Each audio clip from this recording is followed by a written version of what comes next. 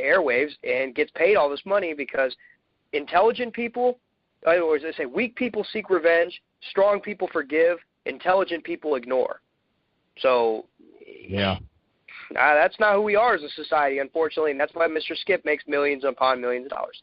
Yeah, Skip's a dildo, and that's all the amount of time I'm devoting to him today. So good choice on the New York Giants winning the NFC East. That's a tight division still, and Washington has an opportunity. I think if they win this weekend, they're in. The NFC South, you and I both took a swing and a miss on this one, even though we both thought it was highly realistic that the Carolina Panthers would take a shit and not repeat as champions. We both picked them to win it. I didn't see this coming either, but I should have seen this coming because at that point I had Cam Newton on my fantasy football team. Yeah, you put the jinx on Cam. And while we're tearing through this, I saw a video today of Cam ran to a local hospital there in Alabama and visited a young kid who was not doing too well, and the kid really just wanted to meet Cam Newton for Christmas. And I don't know that if it was Christmas Day or maybe this week, but no matter how you slice it, Cam took time out of his life and out of his day to roll over to this hospital and spend some time with the kid. Say whatever you want about Cam Newton. I see more and more demonstrations from him like this that just tell you that no matter if you think he's brash or if you think he's arrogant or this or that, if he's taking the time out of his day to go make a kid's life a little bit better when the kid's in bed, laid up, not doing well, this is a cool dude. I've never had a problem with him. I've criticized him, though, in the fact of, the way he acted, after the Super Bowl loss. I thought that was kind of in poor taste. But people also forget the beloved Peyton Manning also did not shake Drew Brees' hand after he lost the Super Bowl to him. So, we should stop. I think Cam Newton gets a little unfair treatment sometimes. And as far as a person, I've seen this guy numerous times score a touchdown, hand the ball to a little kid. He seems like who had some trouble at the university, a little disciplinary problem, got him kicked out of school there, if I remember correctly. But he's turned into a guy who really is genuinely seems to want to do. I don't know him. I'm not going to sit and act like I know him, and I'm telling you he's a great dude. But for everything I see in the gestures and the kindness, I think it's awesome, and I think it deserves to be applauded when we live in a society that loves just to hype up the down and to pump up the BS and the negativity. Man, this is good stuff when people do this. So this is, it's hokey and it's whatever, but it should be everywhere. It's that time of year. It should be celebrated that this kid takes some time to do it. And I call him a kid because he's a young kid still. But I think it's awesome. I think it's very cool that he does these things. So that's my positive interjection for the week. On the negative side, you and I both took Carolina, and that didn't pan out well. Oh, here's my next pick that I still can't stand to hear. But go ahead. I know what you're going at. You like the Arizona Cardinals in that division, and I couldn't disagree with you at the time. There was no way I could have disagreed with you. I did, however, take the Seattle Seahawks to win the division and the only reason I can tell you my thoughts and my notes will reflect the only reason I take Seattle to win that is because the NFL is such a weird place. I think I lean towards Arizona being the fact that no Marshawn Lynch this year.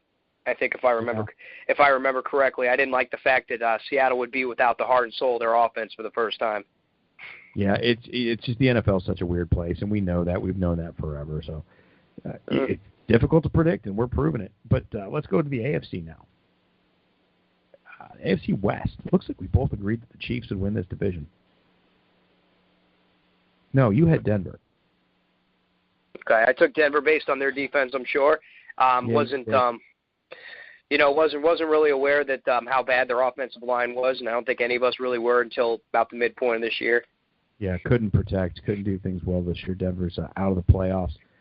First time in a long time that both Super Bowl teams are not in the playoffs. I do think the last time would have been the Buccaneers and the Raiders. Boo. Well, Gruden had the best pick of the preseason pick. He said his sleeper team was his Oakland Raiders, and the Raiders were definitely the sleeper team of the year up until this. Well, Dallas was too. Yeah, Dallas really. But watching the Raiders throughout the course of the season, this time in the spin of the earth here on August 29th of 2016, I was reluctant to pick the Oakland Raiders to win that division just because I didn't know, and I really saw this team being 9-7, 8-8. I just didn't want to think that, hey, we're going to go boom and roll over and finish 12-4. wasn't ready to accept that as a truth. Now, Carr stays healthy, it's a good possibility. I'm not counting Matt McGloin out. I don't know why. You can't count Matt McGloin out. He's got time in this offense. He's been around this team for a while. I think he's got an opportunity to beat Denver this week. Denver as much as they're going to like to play a spoiler, who knows? Maybe they got one more left in the tank and they're going to go bring it to the Oakland Raiders. I don't know, but that remains to be seen. You got to figure that old Wade Phillips is going to have those boys pinning their ears back on old Matt McGloin this week. I would think so, too. I do think the Raiders run the ball pretty well, and that's what I anticipate a lot of, is a lot of put it in your offensive line's hands and just mush. Because they got to win this division. They got to win this game. If they don't win this game, they're going to be one and done because they're going to have to travel for one, and they're going to play next week. And the team they absolutely don't want to end up in the first round of the playoffs is having to go to Pittsburgh. They don't want to do that. No, you don't want to go to Pittsburgh. You don't. But I'll tell you what, if I'm the Oakland Raiders, we're going to get to the AFC East here. If I'm the Oakland Raiders, I don't want to host a playoff game and host the Miami Dolphins. Mm-hmm. It's always been about who gets hot at the right time. I'm telling you, last week on the Fantasy Pick'em show, my ace 5-star must-start player was Jay Ajayi, because this team has a healthy offensive line.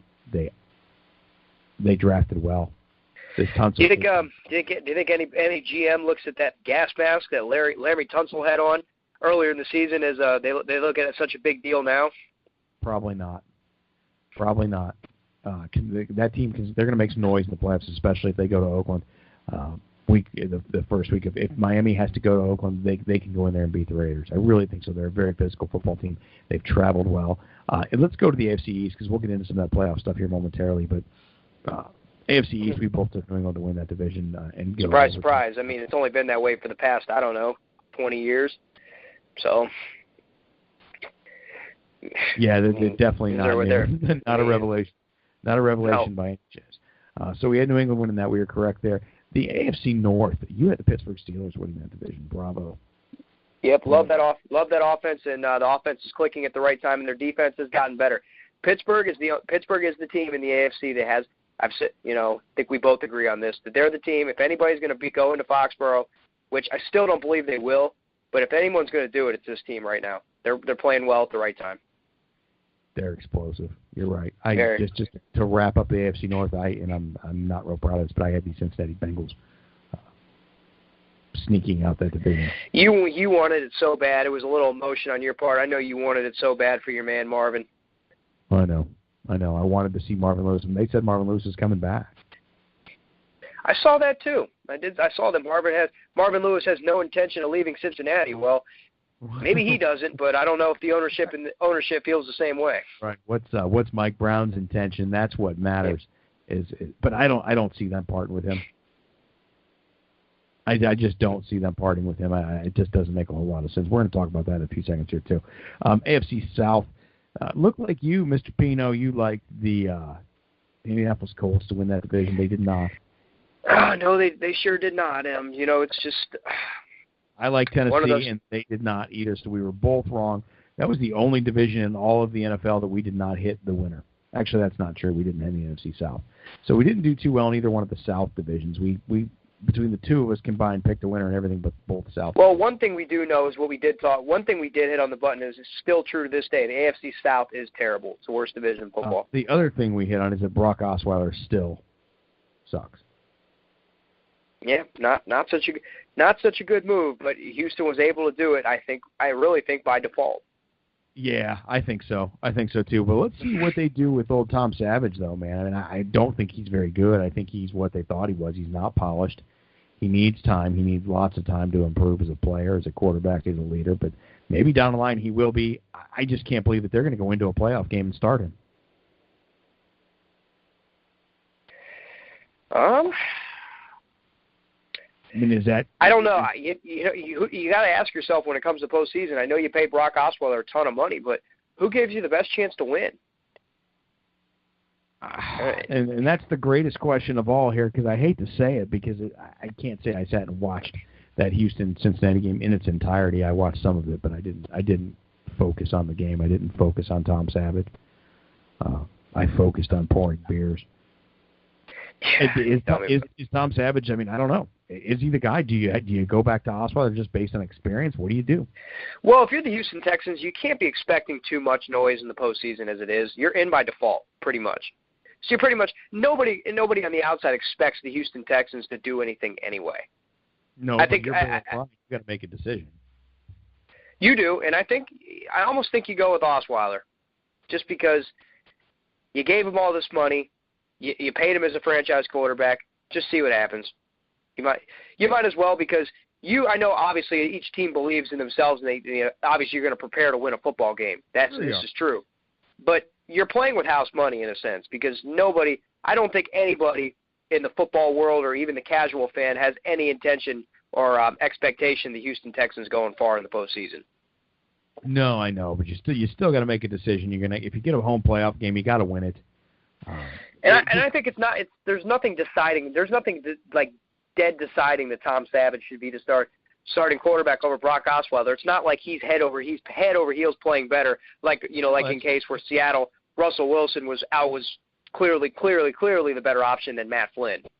Yeah, what I'm trying to get at is, if you're Bill O'Brien, what decision do you make? What do you do? Do you say? I mean, I want to know what his motivations are. I haven't seen any type of interviews with him where he's been willing to answer a question or really volunteer any information about his motivations. I want to know what he's thinking. And the reason I want to know what he's thinking is, if they make the decision right now going into the playoffs that Tom Savage gives them the best opportunity to win week one of the playoffs, then you are essentially saying that you have to cut Brock Osweiler at the end of this season.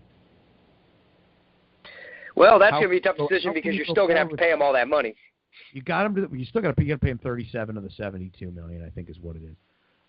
But how do you go the whole season with the guy, win the division because of your defense and a decent running game? I think that's why you start Brock.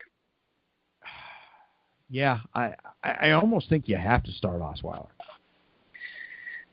Yeah, because there's no deciding edge. Like I said, it's not the scenario where the guy you paid less money, it doesn't matter. He's just so much better than the other guy. It's not that scenario here.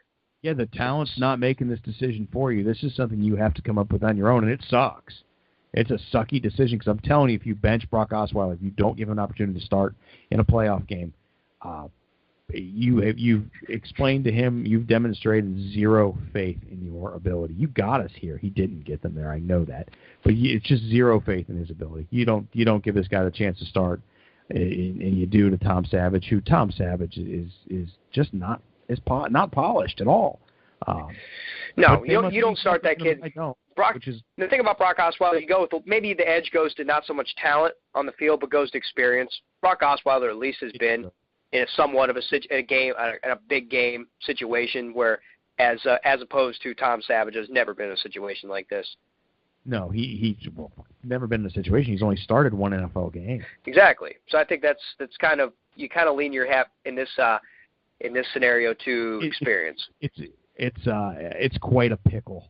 Let's say that, Bill O'Brien. No, it's a douche in a turd sandwich if there ever was one. It's not very good. It's not a good scenario to be in if you're Bill O'Brien. But like I said, one thing Bill O'Brien does have going for him is nobody's expecting anything out of the Houston Texans going into this postseason. So.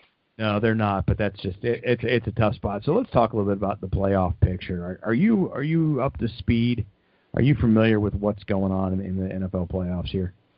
Well, I do know winner of Green Bay and Detroit this weekend obviously captures the division crown, and I believe it looks like Seattle and Dallas will be the top two two seeds in the NFC. But I don't believe that. I don't really know. I just don't know about Seattle. It's just a team that's made me throw my hands up in the air numerous times this year. To go over the scenario for the listener here, the Seattle Seahawks have clinched the division. The Atlanta Falcons have clinched the division. The Dallas Cowboys have not only clinched their division, they have clinched home field advantage throughout the playoffs. So the road to Houston goes through Dallas. The Cowboys, finishing 13-2, have locked up that home field advantage. The Giants are on their heels with a clinched wild card. So the teams battling it out right now are really Green Bay and Detroit, and that's win. If you win, and you're in. And then the Washington Redskins need to win. And Tampa is in with a win. I saw. They are not. Tampa actually needs the Giants